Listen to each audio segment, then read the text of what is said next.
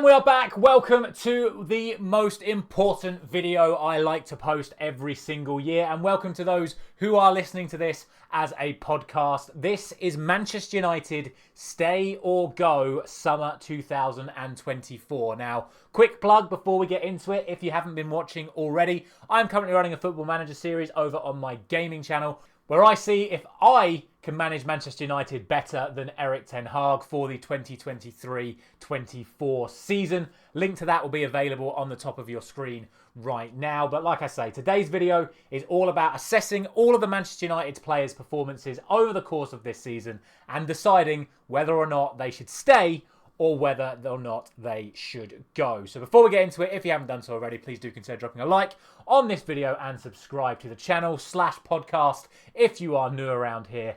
And before we actually make the actual start, let's talk about how this is going to work, just using a quick example. So squad number one is, of course, Bayindir, who sadly has only played one game for Manchester United since signing last summer.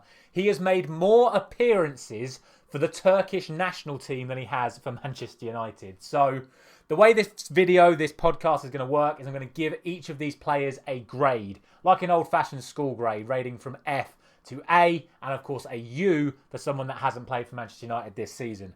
Bayindir has played. He's played one game. It was in the FA Cup and we won. But his overall contribution to the squad and the team and the season as a whole sadly has to be regarded as an F. And that is nothing against Bayindir. It's literally because he's only played one game for us this season. My verdict for him is go, because it's just not fair to him. Like I said, he's one of the Turkish national goalkeepers. I don't actually know if he's been called up or not to the Turkish national team for the Euros. I would assume he has, but if he hasn't, I can understand why he hasn't, because he's not been playing. But that's how this video is going to work. We're going to give them a grade, and then we're going to make the verdict stay or go. And then obviously once we've gone through every single player, we'll then have our wrap up at the end, going through all the players that we're going to keep, and then all the players that we are, of course, going to be moving on. So that's the premise. That is our example player. Let's get into it right now. And we will start off with Erik ten Hag, because this is not just about the players. This is about the football club as a whole. And the most important person at the football club at any given time is the manager. Erik ten Hag's season has not been good. Don't get me wrong. I'm not going to sit here after making all those statements about how much and how desperately I want Erik ten Hag to stay because he's delivered the FA Cup. He's still individually not had a great season. I'm going to rank his overall season as a D. And I think that's about right. You've got to look at it from a perspective of we finished 8th in the table. We finished with 60 points. We finished with a negative goal difference. We got knocked out of the Champions League and Europa League, as it were, at the group stage. We're finishing 4th in our Champions League group. We got nowhere in the Carabao Cup. But due to the fact that we did end up winning the FA Cup final, I'm actually going to upgrade his season ranking to a D+. I'm not going to go any higher than that because that would be unfair, because he's not had the best of seasons. Like I said, all the stats aren't looking very good. Onana ended up making the most saves in the Premier League. That still comes down to tactics.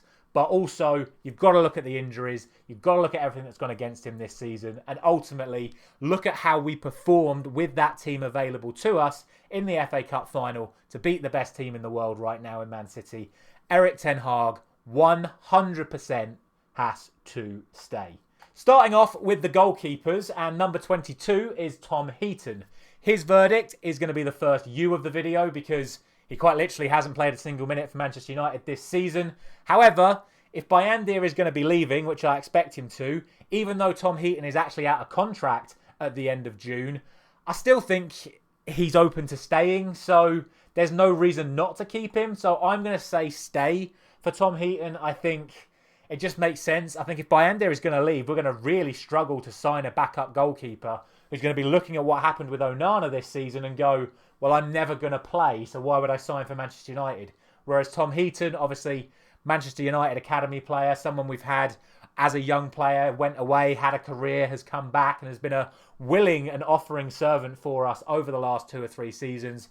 He's open to staying. I'm open to keeping him. I think Tom Heaton has to stay. Our other goalkeeper, of course, is Andre Onana. Really divisive person, Andre Onana. And I really struggled where to put his season rating. I'm going to go for a C. And I think That's because certainly since Christmas, since coming back from the African Cup of Nations, I genuinely think he's been one of the best goalkeepers in the Premier League. I really do. Obviously, he was massively culpable for us getting knocked out of the Champions League. However, after watching the 99 documentary over the last few days, I'd completely forgotten how absolutely disastrous Peter Schmeichel was in that Champions League group stage. It's just the players in front of him bailed him out of his mistakes. And there is a definite argument to say that the mentality of the players in front of Onana in those Champions League matches failed to bail Onana out. Obviously, Onana shouldn't have been making those mistakes, but he did. Ultimately, though, since then, he's had a very, very good run of form. I think he's played some really good stuff. He's certainly improved our style of play in terms of allowing us to be a bit more progressive. He's two-footed. He's playing long balls downfield to our wide players. And I think he deserves another season, for sure. I'm going to have my verdict on him as stay. Definitely deserves another season in the Premier League to see how he gets on. If it's not working out, I would say if Onana has another season like he has this season, if he has that sort of season again next season, then I'd be looking to move him on. But he's still young for a goalkeeper. He deserves another season, in my opinion. So Andre Onana is going to stay for me. Into the defence. Number 2, Victor Lindelof. My season rating for him is going to be a D. He's not played a lot this year. He's been one of several centre-backs that's picked up injuries. I think for his actual contribution to the squad, I think he's done okay when he's played. I don't think he's done anything spectacular. Obviously, it's been clear this season that our top centre-backs have been Varane and Martinez, as and when we've had them available. Lindelof has come in and done a job when required, but it's not been as often as I would have liked, but that has been due to his own injuries as well. He's got 1 year left on his current deal, so there is an argument to say that now is the right time to sell him, but I do trust him. He is a consistent player. I don't ever see Lindelof have bad games. Like I'm saying, the D rating is for lack of matches played, not for overall performances in the games that he has played.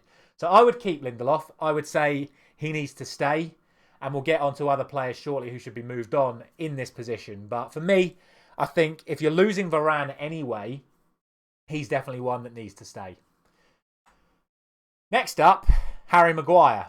My verdict on him is going to be a C. Again, in terms of actual on-field performance, I'd probably rate Harry Maguire as a B or an A. This has certainly been Harry Maguire's best season since that season where we first signed him, where it was absolutely immense in that run to the Europa League final. This has definitely been Harry Maguire's second best season at Manchester United. Again, due to lack of game time, I have to put that rating down to a C grade because he's not contributed enough to the team, where we're having to end up with Johnny Evans and Casemiro at centre-back, where we would want Harry Maguire in there if he was available. So that's why his rating is a C. However, he is one that I would say has to go. I think we're looking to progress into a side where we can be a lot more open in terms of playing further forward, not having to rely so much on this low block that obviously worked very well against Man City. But in general games, we don't want to be having Harry Maguire forcing our team to sit deep. I think it's an opportunity to move him on. I think there is still value for him. If he has a good Euros this summer, it could push his price up even more. And I think it's a real good opportunity to cash in on Harry Maguire this summer. So for me, he has to go. Lisandro Martinez, again, similarly to Lindelof, if not even worse than Lindelof, I'm going to go for a D rank for him again. That's not, again, due to his performances. Obviously, when Martinez has played this season, he's been absolutely fantastic. But he's ended up playing the least of all of our centre-backs this season. So that's why I have to rank his season as a D, because if he was available all season, we probably would have been a hell of a lot further up the table, may not have been knocked out of the Champions League, etc, etc, etc. So for his contribution to the side, Martinez has to be a D rank, but obviously Martinez has to stay. He's one of the best centre-backs in the world. He's pivotal to how we play. Martinez 100% has to stay. On to the first of the fullbacks, we have Tyrell Malacia, who, again, unsurprisingly has a season grade of a U, because, again, he's not played a single minute of football this season. To my understanding, he's going to be back for the start of the new season, which would obviously be massive. We've been without a left-back since Luke Shaw picked up his injury at Christmas, so it would be really nice to see Malacia start to get back into the side. I'd obviously keep him. He looked good last season. I'm hoping he's going to come back with energy, with commitment, with desire to keep playing for Manchester United.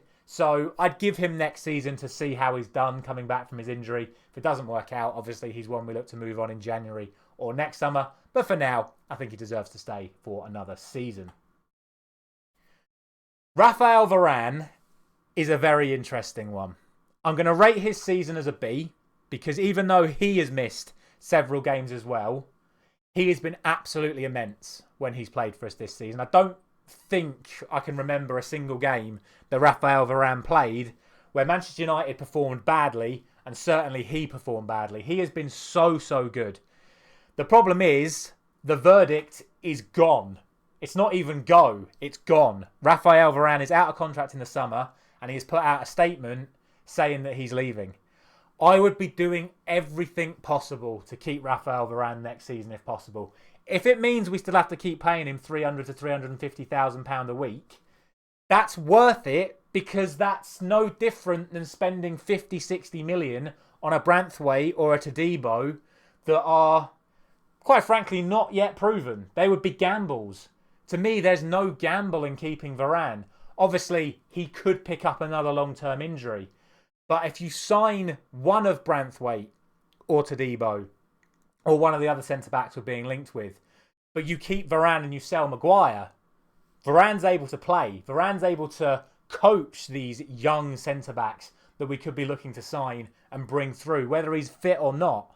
And then those players can step into his shoes in a year or two's time when it is then actually time to move Varane on. I think it would be a massive waste and a massive loss if Raphael Varane went somewhere. And obviously as a free agent, you could see him cropping up at a Premier League rival. I've seen reports already that Arsenal could be interested as cover for Gabriel and Saliba. What a signing it would be for Arsenal if Raphael Varane went to Arsenal. For me, I wouldn't let it happen. I would make him sign a new contract for next season. But unfortunately, until that happens, the verdict has to be that he is gone. Number 20 is, of course, Diogo Dalot. He is the first of our right-backs that we have to talk about in this video. Now, a lot of people might be surprised by this because they'll probably think his rating deserves to be a bit higher. But I'm only going to go for a B for Diogo Dalot. I think a lot of people would grant Diogo Dalot an A rank for this season, but he has made mistakes, and I think people are overlooking them. I spoke about it a few times. In key matches this season, he has lost his left winger, and he's lost a couple of physical challenges at the back post that have cost us big goals in big games. That's the only reason I'm grading him as a B. In terms of going forward, in terms of overall performances, in terms of consistency over the course of the season, he was definitely in the conversation for my player of the season. He's not my player of the season. We'll get to him shortly. But he deserves the plaudits he's getting. He's probably the most improved Manchester United player this season. He has been really good. But key mistakes in key games have cost us this season from him. So I can't grant him a higher rank than a B. However, obviously, my verdict on him is that he absolutely has to stay. Speaking of fullbacks, Luke Shaw, who I'm going to give a rating of an E to. I have to. He's barely played this season at all. His performances, if we're being honest, haven't even been that great when he has played. He's played some good matches, and I think there was a couple of games where we finally had him and Rashford fit on the same side, where it looked like last season again. But for an actual overall contribution to Manchester United this season, Luke Shaw cannot be rated any higher than an E grade. He can't, because he's not contributed anywhere near enough to Manchester United this season. My verdict is for him to stay. Don't get me wrong. Luke Shaw is a fantastic player. He's arguably the best left-back in the world, although I think A.Fernandez is still ahead of him. But one of the best left-backs in the world. He is pivotal to Manchester United when fully fit. So he has to stay, in my opinion. And hopefully, we'll get a season out of him next season like we got last season, whereby he can play 40, 50 matches. Not a full 60, but if we can get enough games out of him where we can then feed in Malacia every time he needs a break, or just move Diogo Dalot over to left back as he's proven he's self-capable there himself in the last few games. For me, there's no real issues at left back. I think Luke Shaw definitely has to stay. Aaron Wan-Bissaka is a really interesting one. My season grade for him is going to be a D, because I actually think this has been Wan-Bissaka's worst season at Manchester United. And I've spoken with a few people about Wan-Bissaka over the last few weeks. My issue with him is this is now the 5th season, I think, since we've signed him. And I've not seen any improvement. What I mean by that is he's always been so good at these one-on-one defensive challenges. An actual defender, he is phenomenal. I wouldn't trade him in a 1v1 situation for any player in the world. But you'd have think after 5 years at Manchester United, he'd have developed more in terms of going forward. That little bit extra awareness, passes, crosses, goal contributions, just in general. He doesn't score or assist, Wan-Bissaka. And I have to say I'm disappointed that that hasn't actually improved from him since we've got him. And up until the FA Cup final, this verdict would have said go. But in the FA Cup final, he reminded me why we need him. We are going to have to play City twice a season. We are going to have to play Liverpool twice a season. We are going to have to play Arsenal twice a season. We're going to have to play against Heung-min Son twice a season. In those games, I want Aaron Wan-Bissaka in a Manchester United shirt defending against my opposition's most dangerous attacking player. So for that reason, he has to stay. Because if we take him out, there isn't another right-back in world football that can do what he does. They're on about us selling Wan-Bissaka and signing Jeremy Frimpong. Jeremy Frimpong has been playing right wing for Bayer Leverkusen the last 2 months. Not right-back. If you put Jeremy Doku against Jeremy Frimpong, we're in trouble. If you put Jeremy Doku against Diogo Dalot, despite the good season he's had, I think we'd be in trouble. Wan-Bissaka is crucial in Manchester United's big games. And we have to keep him. If he becomes third choice right back, it's a real tough conversation to have with him. But that is his job. His job is to be that man that comes into the big games and does the dirty work. For that reason alone, Aaron Wan-Bissaka has to stay.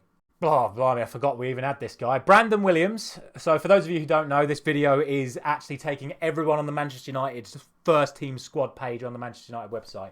So we do have to talk about Brandon Williams. He's been on loan, obviously, at Ipswich Town this season, so which means his season grade immediately is a U because he's not played for Manchester United. He's just got to go. I said last season he's got to go. This season he absolutely has to go. The quality of right back and left back we have, as committed as he is to Manchester United, as much as a Manchester United fan he is, he just doesn't have the quality of a Manchester United calibre player. So unfortunately, it's time to cut our losses, time to get some money in for Brandon Williams, and he sadly has to go. Johnny Evans, number 35. Honestly, what a season Johnny Evans has had. I'm giving him an A. And I don't care what anyone says, he thoroughly deserves the first A grade of this video. If you'd have said to me at the start of this season that our most capped defender was going to be Johnny Evans, and arguably our best performing defender was going to be Johnny Evans, I'd have absolutely laughed in your face. But it's the truth. And you can argue all you want. It is the truth. Johnny Evans has been there for Manchester United more than any other centre-back this season. And he has performed at the level of a Manchester United player. He really has. Rejected by Leicester down in the Championship. He's come back to Manchester United to help out the squad if he was ever needed. And to obviously start doing all of his coaching stuff. Not only was he rarely needed, he was needed more than anyone else, and he's never put a foot wrong. He has been absolutely unbelievable for Manchester United this season, Johnny Evans, and he is going to get 100% stay from me. Hopefully next season his job will be what his job was supposed to be this season, and to come into the team for a cup game, or if someone has to go off injured and we need someone with that level head, with that bit of consistency to come on and see out the last 20 minutes of a game. But to play, 30 games this season for Manchester United, starting more than half of them, brilliant, brilliant servant to the football club. And to cap it all off, that FA Cup win means he's won every single trophy available to him as a Manchester United player. So well done, Johnny Evans. You thoroughly deserve another contract for next season. A.Fernandez is a really sad one. Really, really sad one. His rating has to be a U. He's obviously not played for Manchester United this season. He went on loan to Benfica with an obligation to buy for €6 million. What an absolute joke. Because that means he's gone. Same as Varane. His verdict is gone. What a waste of potential. €6 million to Benfica. He is going to start every game for Benfica next season. He already looks like a fantastic young talent, and we've let him go. The good news is we have a buyback clause, we have first option on resale, and we have a sell-on clause. I think in 2 or 3 years' time, when Luke Shaw's probably past it, if he's still at Benfica, we'll end up bringing him back because this is a very, very talented young left back. And we are fools to let him go for so cheap. But it's already happened. Benfica have opted for their obligation. So he's gone. Benfica took the option and he is gone. So sad to see him go. Hopefully we see him in a Manchester United shirt at some point in the future. Finally, in terms of defenders, we have Willy Kambwala. Season rating for him is going to be a C. I think that's about right. He only played 4 or 5 games in the end, but performed really well. And again, obviously we spoke about Varane. He's praised Willy Kambwala to no end in these last few weeks, saying he is a future Manchester United legend and he could easily be playing for France in the next 2 or 3 years. Again, I come back to it.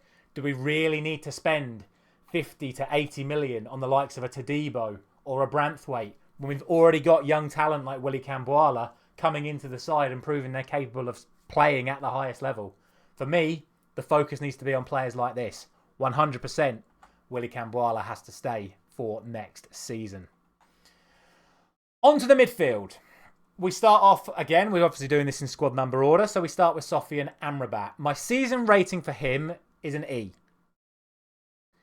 Up until the last month, quite frankly, he's been a waste of space at Manchester United. He's not looked up to the speed of the Premier League. He's not really looked fully fit. His passing has been absolutely atrocious. However, in the last month, he's looked like the player we originally signed, which puts us in a really awkward position. We have an option to buy from Fiorentina, not an obligation. We have an option to buy for 35 million. I know right now, off the back of the last month, there are a lot of people that are looking at him going, he's finally got himself up to speed, he's finally got himself fully fit, and we're starting to see the player that we wanted to sign. I think we should be ballsy and say, no. Amrabat, go. We'll keep our 35 million and we'll use it into to put a little bit of extra funds into signing a player that is already fully proven at Premier League level and can do all the things that Amrabat can already do, but at a higher standard. I'm talking about 60 million for a João Palhinha out of Fulham. I'm talking going uber ballsy and spending the 100 million buyout clause on Bruno Guimaraes before it expires at the end of June. Instead of spending 60 million on another midfielder, take the 35 million from Amrabat, stick it on top of that 60 million for a midfielder, and buy out Bruno Guimaraes. He's younger, he's proven, he's brilliant, and we could make that deal happen. That's the sort of deal that Man United used to do. We don't do that anymore, and I think we should. It's no disrespect to Amrabat. I probably wouldn't complain if he does end up staying and performs how he has this month for the next season. But we have an opportunity here to get ballsy and do something that actually significantly improve our midfield. That's just my thoughts on it. It's my first sort of real controversial pick of this video, but that's what I think on Amrabat. Mason Mount, F. Absolute F. Why did we spend 60 million on Mason Mount? Again, the argument I've just had. We could have signed Palhinha last summer. Instead, we spent that money on Mason Mount. Spent the entire season injured. Hasn't really done much when he has played. Absolute F. He obviously has to stay, though, because otherwise it is a complete waste and we'd have to sell him for at least half the price, and I don't think anyone would want him for the wages that he's on anyway. So he deserves another chance. He deserves an actual season at Manchester United, and hopefully he'll get more opportunities if he can stay fit next season. But bloody hell, Mason Mount. Oh dear, oh dear, oh dear. From 7 to 8, it is, of course, the captain, Bruno Fernandes. My player of the season. Season grade, A. And people might be surprised by that, but he's still been our best player this season. There is no doubt about it. And for those of you that think that he's had a drop-off in standards, have a look and have a listen to this. Last season, Bruno Fernandes was easily our best player. He played 59 games, scored 14 goals and got 13 assists. This season, in 11 less games, he scored 1 more and assisted 1 less. So he's actually contributed to the football club exactly the same as what he contributed last season in 11 less games. Bruno Fernandes has had a very good season. I just think the captaincy has weighed a little bit heavy on him. And I think his actual mindset and approach to matches has suffered. So that's why it's appeared like he's had a worse season. And due to his poor leadership, I'm actually downgrading him to an A-, purely on the basis of that. I don't think he's led the team very well. In that FA Cup final, I saw a Manchester United captain, someone I'd be willing to back as a Manchester United captain. And I hope he takes on board everything he learned from that FA Cup final about leading Manchester United into next season. Because my verdict is stay, obviously. I know there's chatter about Bruno potentially leaving. He doesn't want to leave, and he also wants Ten Hag to stay, and he wants to lead Manchester United into the future. And I hope he does, because he is our best player. He's my player of the season, and he 100% has to stay at Manchester United. 14 is Christian Eriksen. And he also gets an F. Because, unfortunately, he's just gone. He's completely gone. His legs aren't there anymore. He doesn't look like he's committed as he used to be. He's obviously been complaining about game time. But when you've got the likes of Mainoo available, you're not going to get game time, Christian. You're not going to play in Bruno's position. You're not going to play in Kobe's position. You're definitely not going to play in the holding midfield position. So you're not going to play, and if your attitude's not there and you're not performing, unfortunately, you have to go. And I think for the sake of the remainder of Christian Eriksen's career, he should go. So I'd be cashing in on Eriksen this summer. Hopefully we can get some sort of fee for him. But regardless, it is definitely time to move Christian Eriksen on. Speaking of moving on, and speaking of Fs, Casemiro. Decent start to the season. Injured for 6 months. Came back, but never came back. Just never came back. Hopefully we can get some good Saudi money from him. There's obviously a lot of talk that the Saudis, our clubs, are in for him.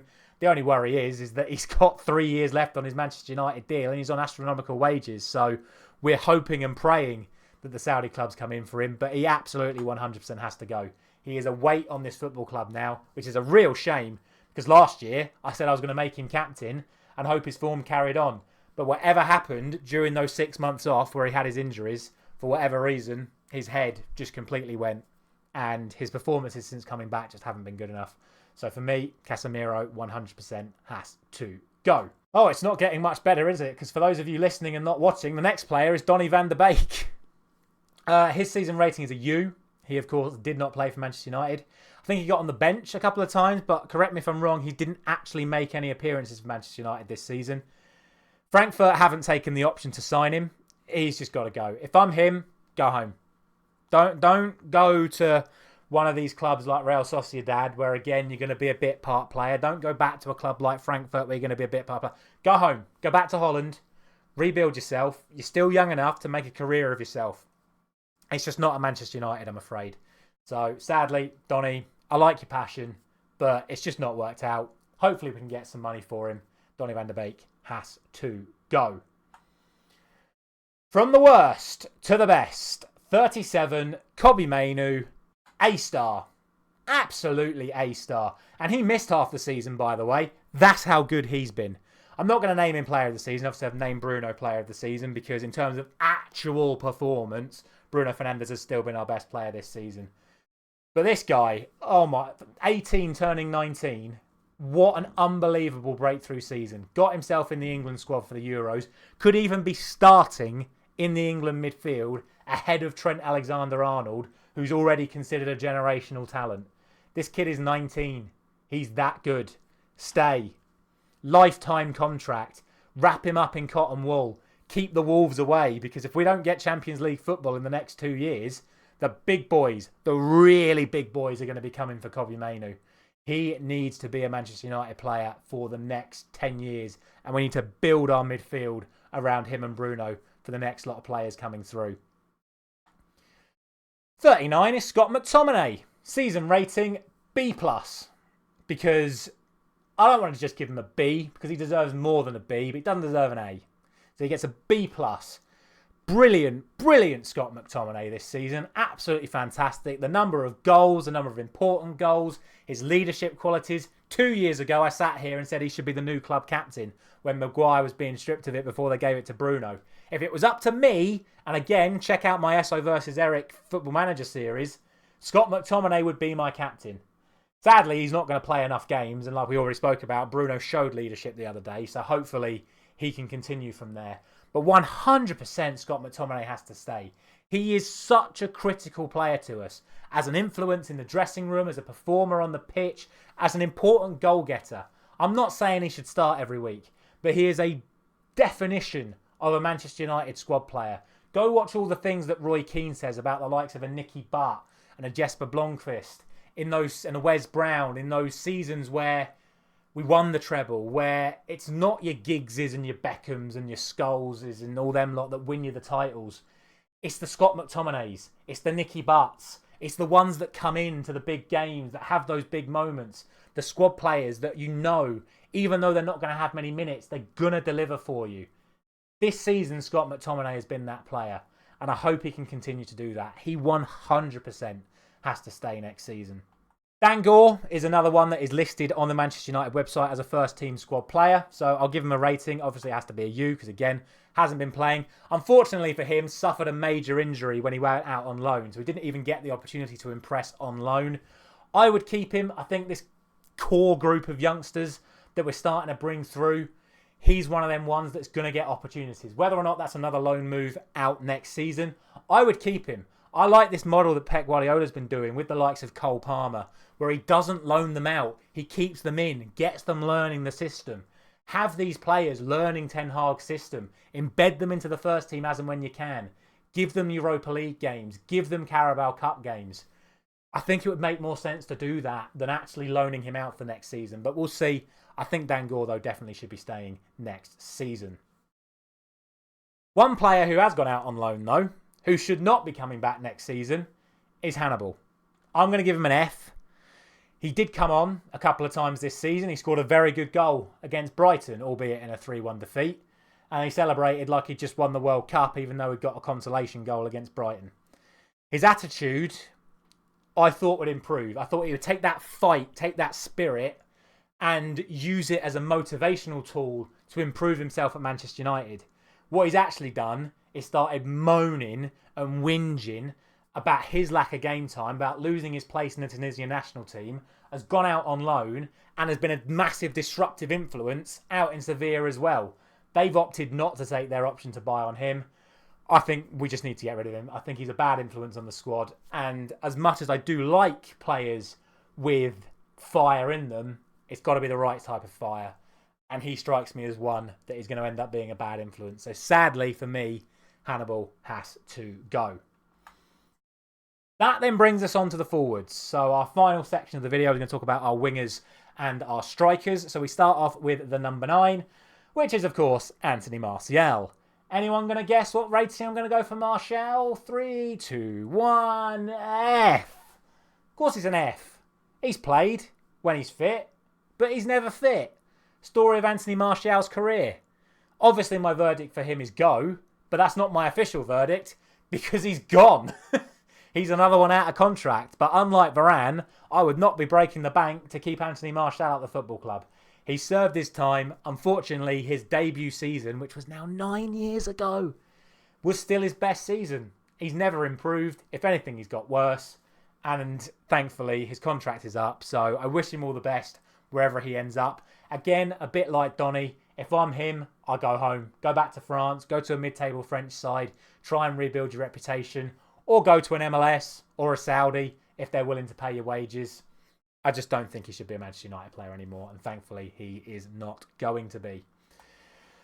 Number 10 is Marcus Rashford, who I won't give an F to. I'll be nice. I won't give him an F. I'll give him an E. To drop off from the season he had last season to the season he's had this season, where he's not even had that many injuries. He's just not been very good. His contribution to the side has been poor. If anything, he stopped the development of Garnacho and Ahmad when they've both been fit because he's been taking their place in the team. Rashford's been playing on the left, which means Garnacho has to play on the right, which means Ahmad has to play on the bench. And obviously we saw that in the FA Cup final. Don't get me wrong, I thought he did okay in the FA Cup final. He played a big part in Kobbie Mainoo's goal. But I look at him now, I look at his age, I look at the interest in him. I look at Garnacho and Ahmad and other youngsters we've got coming through. And I think right here, right now, is the perfect opportunity to cash in on Marcus Rashford. So for me, it's time to go. He is the last of a remnant of what I call Dab Gang. The gang of players that got influenced by Paul Pogba when he returned to Manchester United. The likes of Lingard, Rashford, Martial, that sort of lackadaisical, star quality attitude that these players all got when Pogba returned to the football club. He was supposed to be the new Eric Cantona, swanning back in with all of this pomp and flair and attitude that was going to inspire the next generation of players. And what he's done is he's inspired them to just be lazy and think they're above it all. And I think Rashford right now is the epitome of what is wrong with Manchester United's players in that dressing room. He's lazy. He doesn't do enough for the football club. And for me, it is time to cut our losses. We will get good money from him. There are a lot of big clubs looking at him. And it is time to move Marcus Rashford on and get that money and use it on players that are going to give 100% to Manchester United. Because I just don't think Marcus Rashford is it anymore. Number 11 is Rasmus Hojlund. And he absolutely does care for Manchester United. And he will run through a brick wall for this football club. And he'll run through a brick wall for Erik ten Hag. My season rating for him is going to be a B. I would love to give him an A. But again, he's not played enough. He's been injured. He's missed key matches. But he has played well. He's ran hard. And he's scored goals for us this season.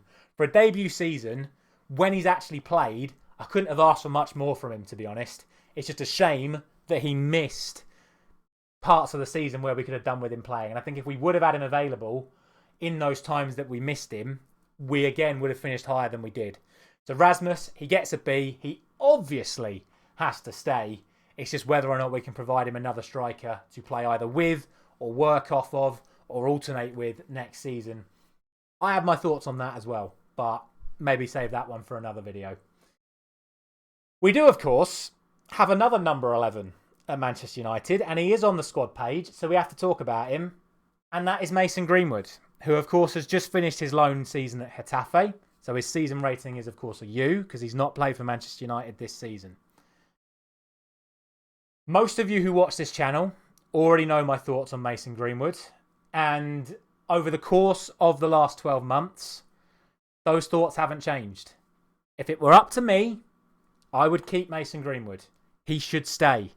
We are trying to build a culture of young talent that is Manchester born and bred and wants to play for this football club.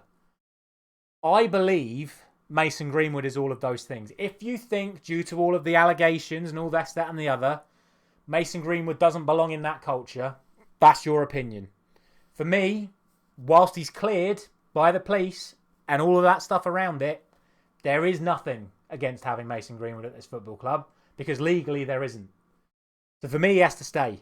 He's proven himself after missing an entire year and a half of football. He's gone into Getafe, scored more than 10 goals and nearly got 10 assists as well. He is a player that we should have in our squad. You look at us, if we're moving on someone like Rashford, build the future around these young players, and he is one of them. Everyone talks about it. He is the most talented youngster we have brought through in a generation. When they said that, they meant it. Whether or not someone like Mainoo has now eclipsed even Mason Greenwood remains to be seen. But for me, he should stay. There is a place for him in my squad. I won't say any more about him for the rest of the video.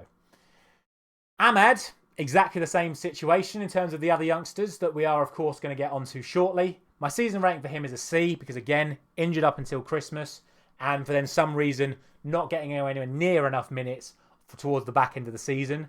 But when he played at the back end of the season, he was really good. He got the winner against Liverpool. His Premier League performances over the last couple of weeks have been really, really solid. So for me, he absolutely has to stay. Why wouldn't you keep him? He's got that desire. He's got that passion. He's clearly got the ability. And like I just spoke about when I said about getting rid of Rashford, if you're going to get rid of Greenwood as well, then you build your future with Ahmad and Garnacho as your two young wingers with Rasmus up front, and that's your front three. Three young forwards looking to really develop and improve Manchester United with a captain of Bruno Fernandes sitting behind them, linking them all together with Mainoo in that midfield with him as well. Absolutely, Ahmad should be staying. Great back end of the season to him. Hopefully we see a lot more minutes from him next season. Which, of course, brings us on to the other teenager, which is, of course, Alejandro Garnacho. no surprises here. Season rating A. I'm not going to give him the A star that Cobby got because I don't think anyone expected Cobby to be as good as he was this season. Whereas I think people did expect this sort of season from Garnacho. Fair play to him. He's delivered. He's 19. He's a superstar. He's only going to get better and better and better and better. The only worry is that 100 million buyout clause is apparently still there and big clubs may come sniffing. I would keep him. He obviously has to stay. Hopefully we can end up keeping a hold of him.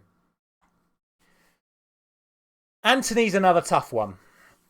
I don't think I can give him anything higher than a D. I think his performances haven't been as good as they were last season. I don't knock his commitment. I don't knock his effort. But I'm just not convinced he's at the level we need him to be. Again, look at the performances of Ahmad. Look at the performances of Garnacho. Antony's older than them, and he's performing worse than them. So for me, a player like that, even though we've spent so much money on him, for me, that sort of player doesn't have a future at Manchester United. So I would cash in before that contract winds down even more and we lose even more money on him. Get some decent money from him this summer. Use it to provide more cover for Garnacho and Ahmad. For me, Antony has to go. Jadon Sancho, in 2 days' time, could be a Champions League winner. However, his season grade will be an F-. I can't give him a U because he did play for Manchester United this season. But he gets an F because he didn't perform in the games that he did play at the start of the season.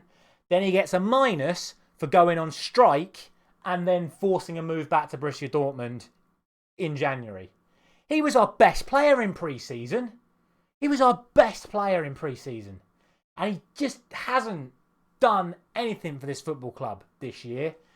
I hope for his sake he does win the Champions League because it'd be lovely to have a Champions League winner in and around the squad, even if it is for a couple of weeks, because you best believe he's got to go. Again, same as Rashford. If they've not got the right attitude, they shouldn't be at this football club. Hopefully, he's built up a big pot of money for us with how well he's played for Dortmund in the last few weeks, and hopefully he does deliver the Champions League for Dortmund, so then we can get even more money for him in the summer.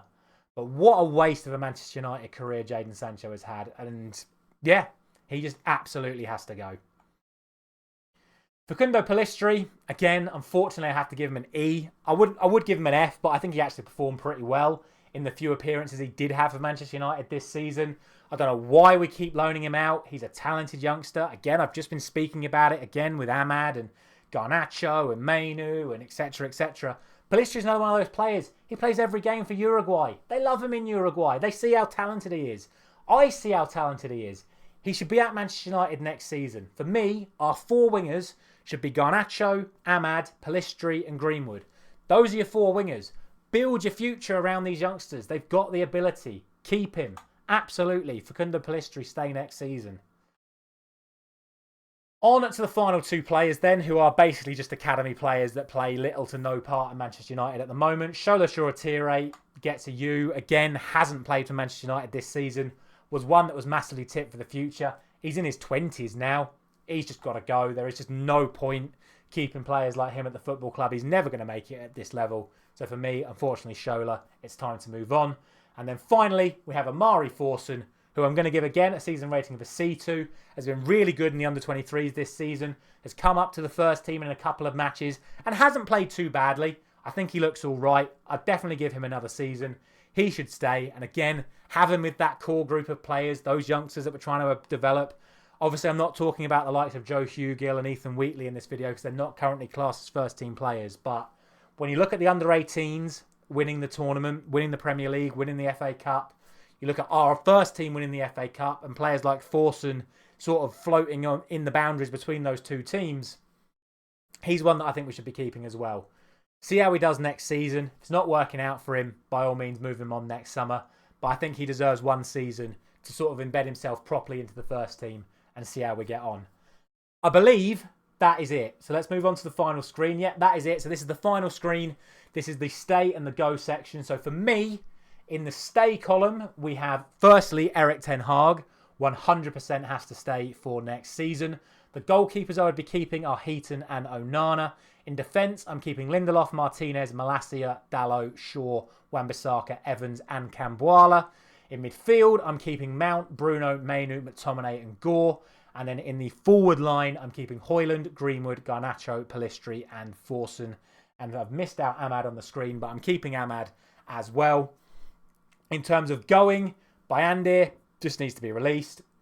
Maguire, Varane, I would love to keep. I would absolutely love Varane to keep, but he's obviously already gone. Williams, A.Fernandez, Amrabat, Eriksen, Casemiro, Van der Beek, Hannibal, Martial, Rashford, Antony, Sancho, and Shoretire. So that is going to round off the video and the podcast. Let me know your thoughts down in the comment section below.